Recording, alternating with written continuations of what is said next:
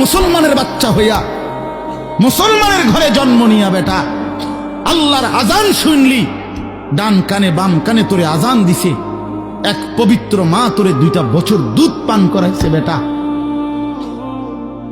কোন শরমে বেটা তুই ওই বেঈমানদের মতো চুল কাটলি বেটা? ওদের কোনো জাতপাত আছে বেটা?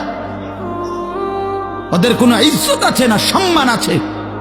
আল্লাহ তাআলা কোরআনুল কারীমে বলছে ইন্নামাল মুশরিকুনা নাজাস। কোরআনের আয়াত কিনা? আল্লাহ বলছে সমস্ত মুশরিক নাপাক, নাজাসুন নাজাস।